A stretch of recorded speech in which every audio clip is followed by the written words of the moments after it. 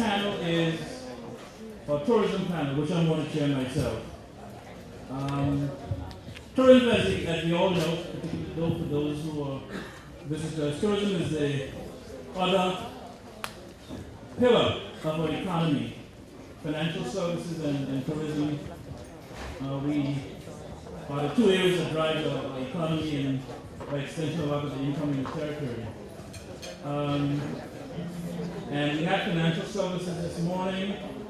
It's always good to listen to. Sometimes I know people who are not necessarily in financial services might say, oh, why do I have to sit through that? I think the value of sitting through that, and those who are not in tourism sitting through this, is you get a good sense as to how the economy functions and how we earn our income and how it's all connected. And actually that came from someone who sat through it last year. Today I think we have an exciting panel for tourism. And I have a deliberate,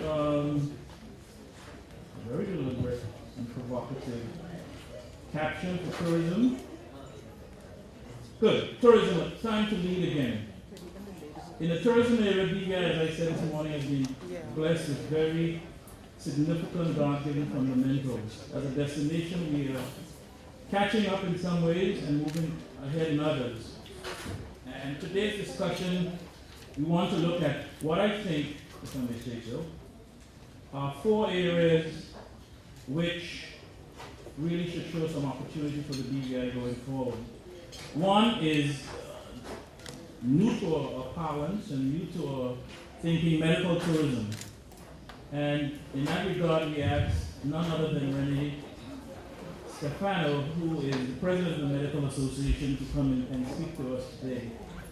In addition to Renée, we have Jenna Gardner, who, Renée, the lady who you asked us to hire to make sure she gives you your growth from South America. And I'm very pleased to have Jenna with us. She did a very good job in rolling us out in Brazil 3 or 4 months ago. Our next panelist is Shri from the Knot. All those who know the Knot, put up your hands. All those who know wedding business and romance. Well, I have some education to do that. Sorry? I have some education to do that. The wedding and romance business, as it's now being called, is a significant area of opportunity, not only for the BVI, but for many destinations. And we have changed the rules, and the Premier has told us to get off our ducks and get it done. So I'm very pleased to have Shri to talk about that. Another area that's really critical to us, as I said in my opening remarks this morning, is how do we get the millennial, the indie traveler, and what I call the money, the new money, into our doors? As you have the baby boomers getting older and traveling less frequently, how do we get the next generation, the next building block, if you wish, of millennials into our door? And they are projected to be significantly bigger than the baby boomers. If you could imagine, the baby boomers were huge in terms of a market segment and a population segment, and the next generation behind is significantly bigger. And we've asked Jamie Foley to come all the way from LA to tell us, and she's clearly one of them, to tell us how to think, what the nuances that drive that particular segment. Our final speaker is Debbie Braun, the president and CEO of the Aspen Chamber Resort Association, essentially the comparative position to our director of tourism in Aspen. I find Aspen to be very interesting. What I call the Aspen model. Aspen is like us in some ways, though some ways not. In the winter months, they depend on the winter snow and all that stuff to attract people. And we depend on the very nice weather to attract people. Then what happens in the summer months? Well, they have seemingly been quite successful in building a postseason from April to October, thereabouts, with events. And when I say events, I mean really serious events. And I want to know what they have done, and can we use some ideas from them to deal with some of the issues that we have, particularly as it relates to events. So I'm looking forward to quite an interesting discussion today. Our first 5 minutes or thereabout, we're going to have some presentations. The first one will be by Renée Stephano from the Medical Tourism Association, who will tell us high level what is medical tourism about and what are the nuances and what's the market share and why should we be caring about it? So I'm going to start off with you, Renee. I have just 3 slides. Good. First, it would be great to know how many in the audience are from the healthcare industry. I know some of you that we saw in the workshop yesterday. Clearly, your 2 leaders are. One of the big things, medical tourism is a buzzword. That back in 2007, we started the association, and we started as a nonprofit trade association to get stakeholders to work together collaboratively to focus in areas of high quality of care, combining healthcare and hospitality, and better understanding how to penetrate new target markets. So the association is focused in transparency, education, and communication. And I think a lot of what's been discussed today focuses along those same lines. And in terms of sustainability, any industry that you get into in any niche industry is going to need those elements. So right now, we're talking about sustainable medical tourism and what's required to develop a medical tourism product for BVI. And how many of you, by a show of hands, believe if you've gotten sick or you've fallen on a vacation, you are then a medical tourist? Correct. How many think that medical tourism is spending 3 weeks at a luxurious, high-end, very expensive spa?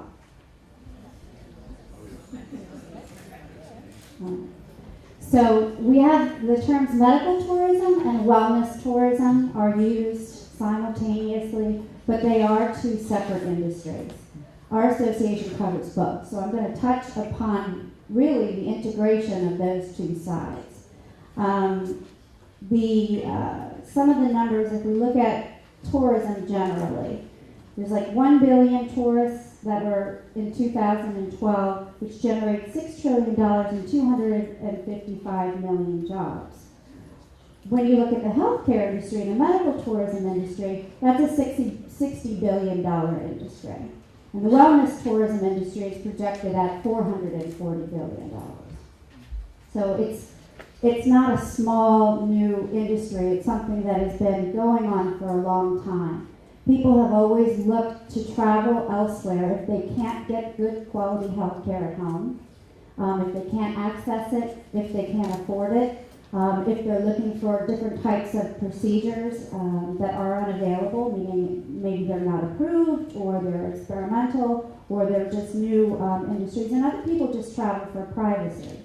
So those are the drivers that we're looking at, and with wellness tourism, you now have 2 different types of markets. You have people that are going to stay well or to get well through alternative treatments and homeopathic remedies. And then there's people that are traveling anyway, but they look for activity to stay well. And so it's more of a well-being type of concept. So it is a very broad industry, and I think that that's why if you start to do some research, you're going to have a difficult time really finding good numbers. The press always calls and they say, what are the numbers? How many people are traveling? What are the top 10 destinations? And we're just not there yet. But I would suggest we can get there. And the way that we get there is through collaboration, integration of healthcare and hospitality. And some of these areas here, that this is my definition of sustainable medical tourism. And first and foremost, you need high quality health care. You have to have a good product. There has to be a very organized, strategic, long-term approach to how you're going to identify and access those target markets and how you'll sustain those target markets. There has to be service development in healthcare and hospitality, meaning a medical tourist is not looking for your typical local patient service. They're looking for some of the same concierge services that they're accustomed to in the tourism industry. So you're seeing that type of development in healthcare, and they're calling it a different type of hospitality. And then in the hospitality sector, there needs to be a good understanding of it's different to have patients and wellness seekers or health and wellness seekers in your rooms recuperating than your typical tourist as well. They have different anticipations, they have different problems, they may feel weaknesses, they may be emotional, and they may require certain ambulatory services if they're recuperating, say, for a knee replacement or something of the sort. So I think service development and having an understanding of what you have to offer and understanding the needs of the patient so that it maximizes the patient experience. It's very niche marketing, and there's definitely a specific audience that is looking for health and wellness services, and most of the information that they're trying to access is on the web. The continuous message delivery is going to be an important part for BVI or anyone developing a medical tourism program. Oftentimes they'll say, we have a program, that's great, and that's all we need to do. We'll place a few ads, it'll be wonderful, people will be flocking into our hospital halls. And that just doesn't happen. It really takes time to develop a brand in this industry, as it would any other niche marketing. It has to have a steady growth to be sustainable, and obviously you have to endure things like market fluctuations and increased competition. So when we held a workshop yesterday that was sponsored by the BVI Health Authority and the Ministry of Health, a lot of the audience was on the healthcare side, and they're wondering, how do we market? Let's get some exhibition stands, let's place some ads in the specific target market, brochures or distribution channels.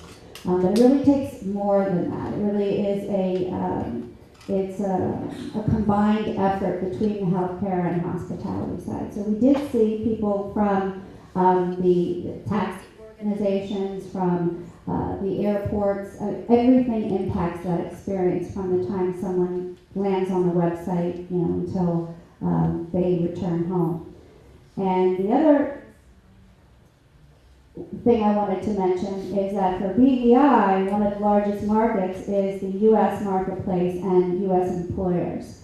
And I'm not able to play the video, but you might look for it. NBC did a feature story. We connected two of our members, an employer with the healthcare provider and the facilitator. And over 5 years, that employer has saved $10 million sending their patients overseas. So now the U.S. employer market is looking at that. And studies regarding healthcare reform, and I'm not going to say anything about Obamacare or make any statement on that regard, but there was a study done for millennial 18 to 29-year-olds without insurance. Only 13% said that they would definitely enroll in the healthcare marketplaces, which means the others are going to be paying for their healthcare out of pocket or looking for something more affordable. So the value is going to be important, and this generation that we're talking about, they're definitely looking at sustainability. They're looking for opportunities to learn. They're looking for better quality of life, and it just makes a very good target. And then just finally, as with anything, BVI and any destination really needs to create a roadmap for this. And I think their next step, very motivated at the workshop yesterday, but the next step for them is to create a work group and really work together with all the agencies and define what the product is, define the next steps. And that's going to provide a lot of opportunity for the youth and for the employing local labor as well. So I'll end with that. It's been about 5 minutes.